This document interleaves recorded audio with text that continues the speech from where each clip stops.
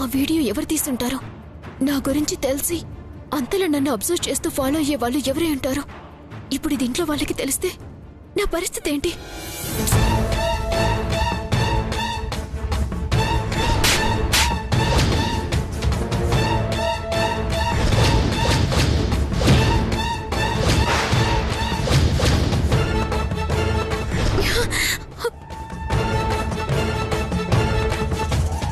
No, అలా జరగడానికి వెళ్ళలేదు.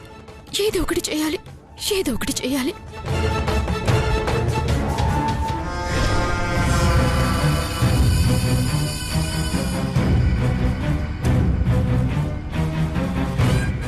బానే టెన్షన్ పడుతుంది గానీ ఇంకొంచెం పెంచాలి.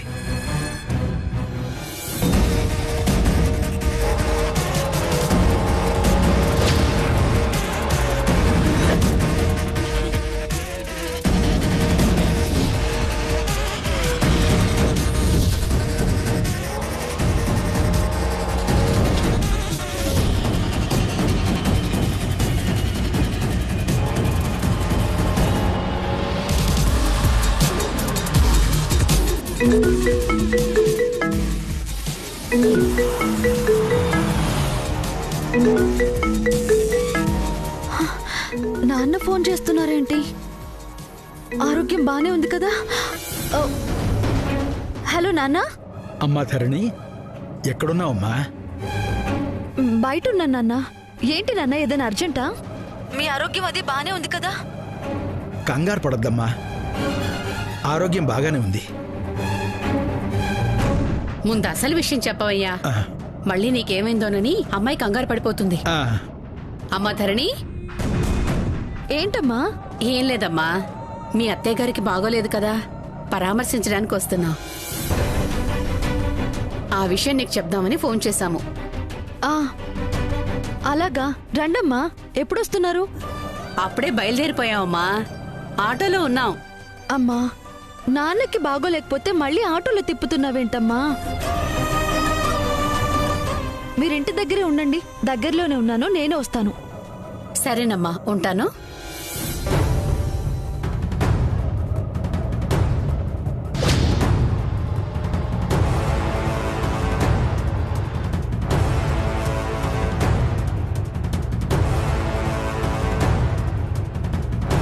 ఎక్కడికి వెళ్ళిపోయింది? అక్క మిస్ అయిపోయింది. అంత టెన్షన్గా ఎక్కడికి వెళ్తుంది? సర్లే, ముందు అమ్మ నాన్నల్ని తీసుకెళ్ళి ఆ తర్వాత అక్క గురించి ఆలోచిస్తాను.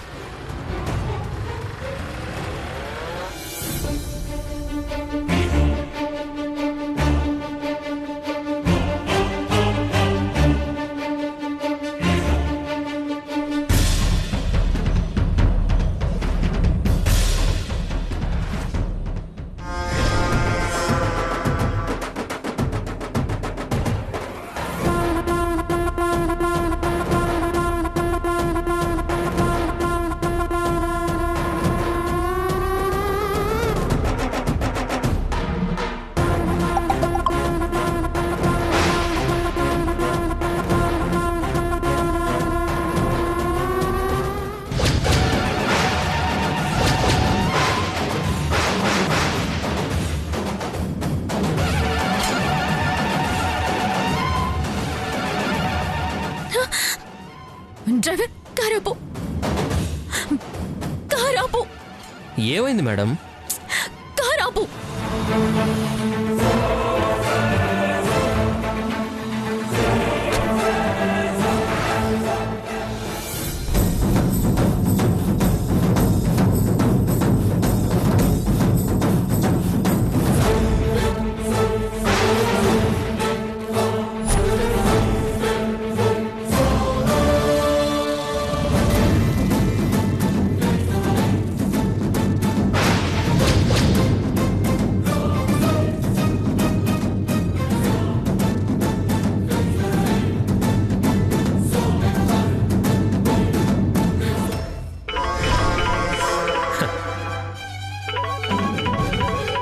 ఇప్పుడు మాట్లాడి చెప్పొచ్చు.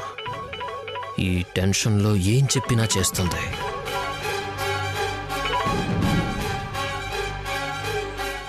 హలో హలో, ఎవరు నువ్వు? నన్నే ఫాలో అవుతూ నేను చేసే ప్రతి పనిని ఎందుకు ఇలా వీడియో తీస్తున్నావు? ఇలా ఎవరైనా అడ్డంగా బుక్ చేస్తే ఎవరు ఎందుకు అని అడగకూడదు, ఏం కావాలి అని అడగాలి. సరే, ఏం కావాలి నీకు? ఏం కావాలి?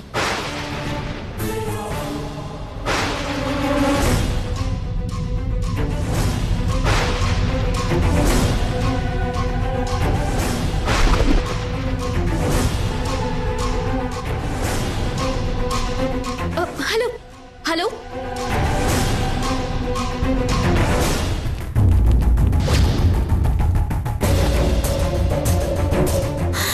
బంజారా హిల్స్ బూత్ బంగ్లాకి వెళ్ళు.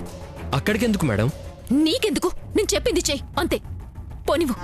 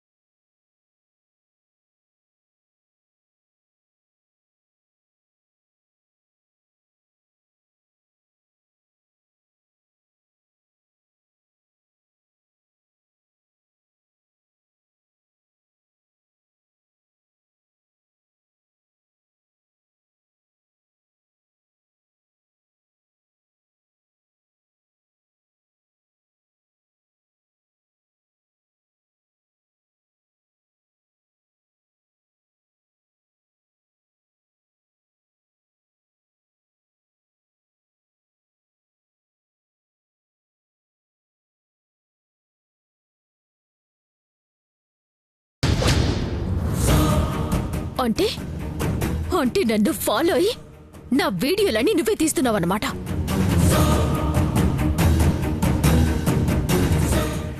ఎంత ఎంత ధైర్యరా నీకు?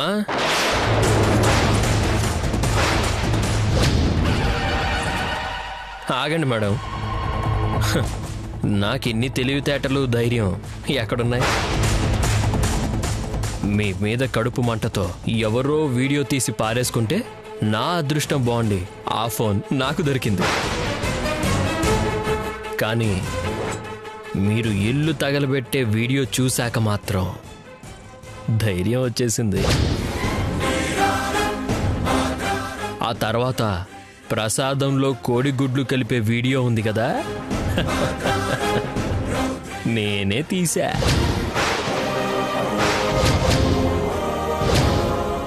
నిన్ను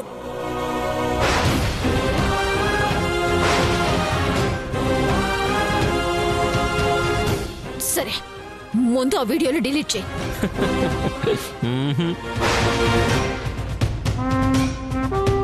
నో, చూడు చూడు, చెప్పేది నీకే. ముందు ఆ వీడియోలు డిలీట్ చేయి. నీకు ఎంత డబ్బు కావాలో చెప్పు, ఎంత ఎంత అడిగినా ఇస్తా. డబ్బు ఎవరికి కావాలి మేడం?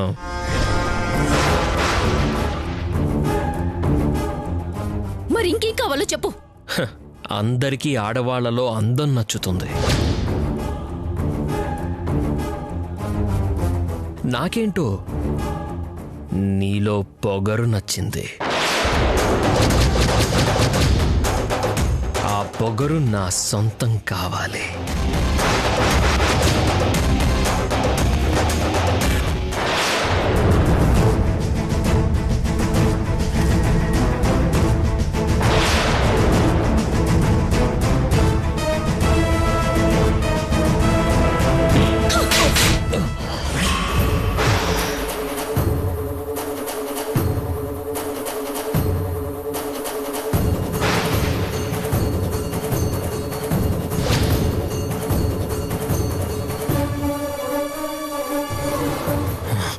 నన్నే కొడతావా?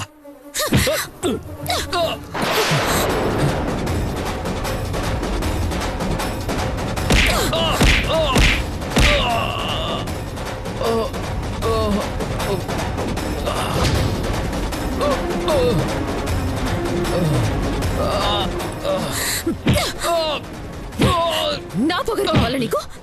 నా పొగరు కావాలా? నా పొగరు కావాలా? నా ఫోటోలు వీడియోలు తీసి నన్ను బ్లాక్మెయిల్ చేస్తావా? చావురా, చావు. నన్ను బ్లాక్మెయిల్ చేస్తావా? చావు.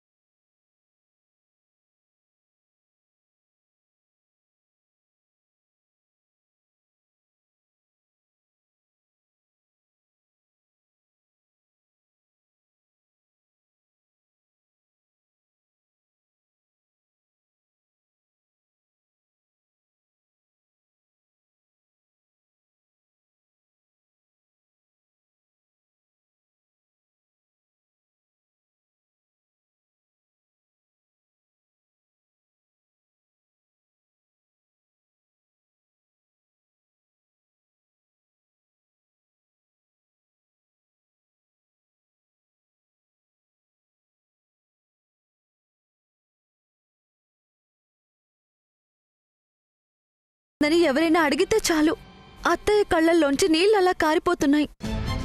అందుకే అత్తయ్య దగ్గర ఆ ప్రస్తావన తీసుకురాకండి.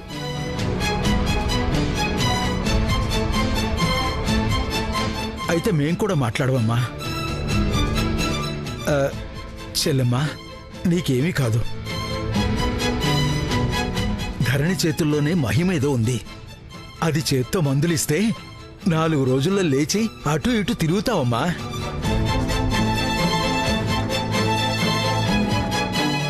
ఎవరి దిష్టో బాగా తగిలిందమ్మా. అందుకే ఇలా ప్రమాదాల మీద ప్రమాదాలు జరుగుతున్నాయి.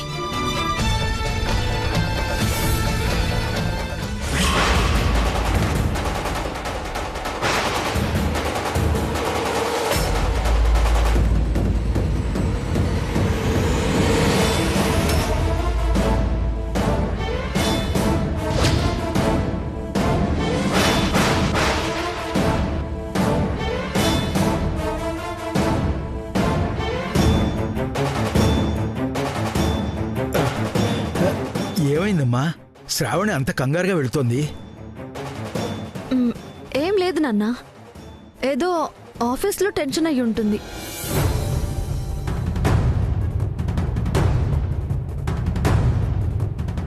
ఏమైంది అక్కకి? డ్రైవర్ని తీసుకుని టెన్షన్గా బయటికి వెళ్ళింది. వచ్చేటప్పుడు ఒక్కతే వచ్చింది. పోనీ ఏం జరిగిందా అని అడుగుదామంటే అడిగినా చెప్పదు. అసలేం చేస్తుందో, ఎందుకు ఇలా తయారయ్యిందో ఏమీ అర్థం కావట్లేదు.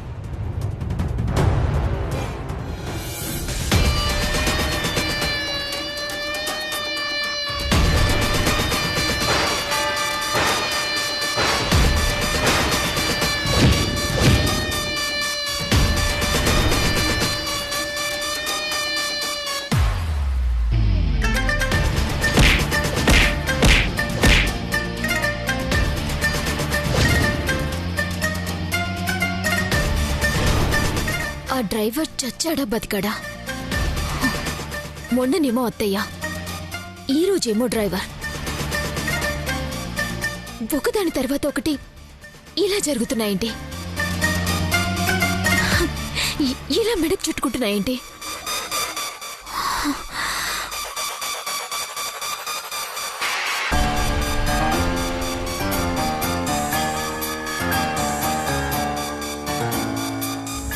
వాయుపుత్ర పెద్ద కోడల ఆ అమ్మ శిక్ష నుంచి ఎవ్వరూ తప్పించుకోలేరు. నా మంచితనం అలుసుగా తీసుకోవద్దక్క. తిక్క రేగేంత వరకే ఏదైనా. అంటే వాళ్ళు చెప్పేది నిజమా? కొంపతీసి ఆ దాసురాలు పెట్టిన శాపం తగులుతోందా? అందుకే ఇలా జరిగిందా? ఛా!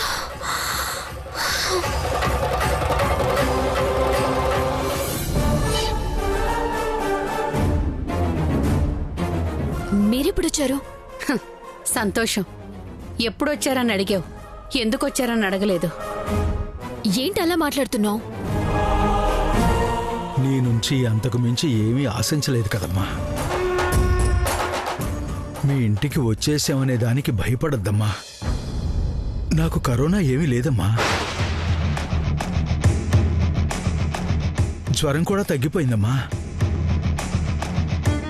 ఆయన నీ దగ్గరికి ఏమీ రావులేమ్మా. ఇక్కడే నిలబడి మాట్లాడతాం. నీ గురించే చాలా ఆలోచించానమ్మా. నీకోసం చాలా కష్టపడ్డాను, చాలా ఆశలు పెట్టుకున్నాను. కానీ నీ మనసులో ఈ తండ్రికున్న స్థానం ఏంటో నువ్వు మీ అమ్మతో ఫోన్లో మాట్లాడింది వింటే గానీ తెలియలేదమ్మా. అప్పుడు పెంచి పెద్ద చేశారు కదా అని ఇప్పుడు అక్కడికి వచ్చి చచ్చిపోమంటున్నావా? మళ్ళీ ఇంకొకసారి నన్ను రమ్మని ఫోన్ చేయొద్దు, అర్థమైందా?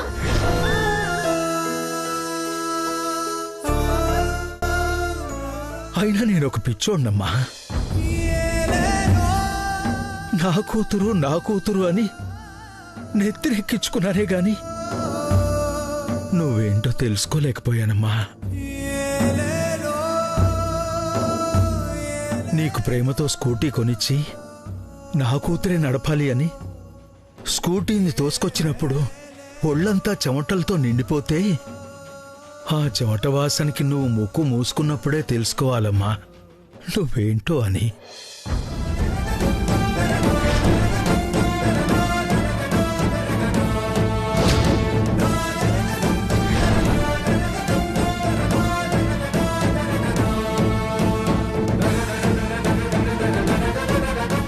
ఏంటి ఇప్పుడు ఇవన్నీ దెప్పి పడవడానికి వచ్చారా?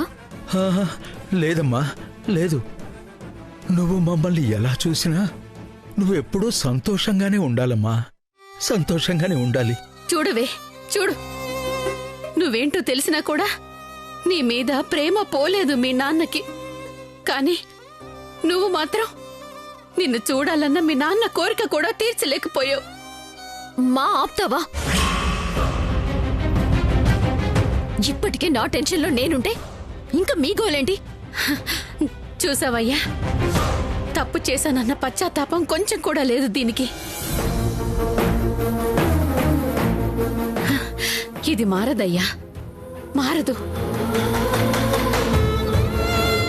ఏదో కన్నాం కదా అని ఎలా ఉందని చూసిపోవడమే గాని దీని మీద అయ్యా అసలు పెట్టుకోలేవు. పదయ్యా, పద.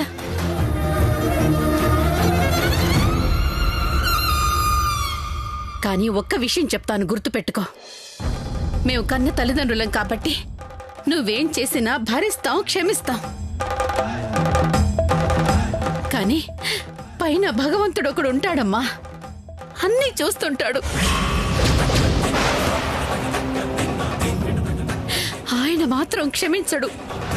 కాబట్టి ఏం చేసినా ఆ దేవుణ్ణి దృష్టిలో పెట్టుకుని మరీ చెయ్యి. పదయ్యా, పద.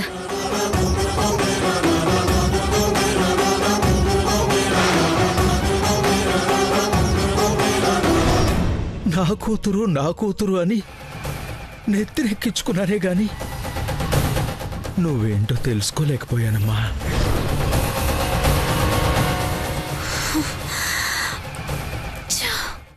ఏం జరుగుతోంది అసలు? మిగతా విషయాలన్నీ ఒకెత్తైతే నేనంటే ప్రాణం పెట్టే నాన్న ఇంత నిష్ఠురంగా మాట్లాడడం ఏంటి?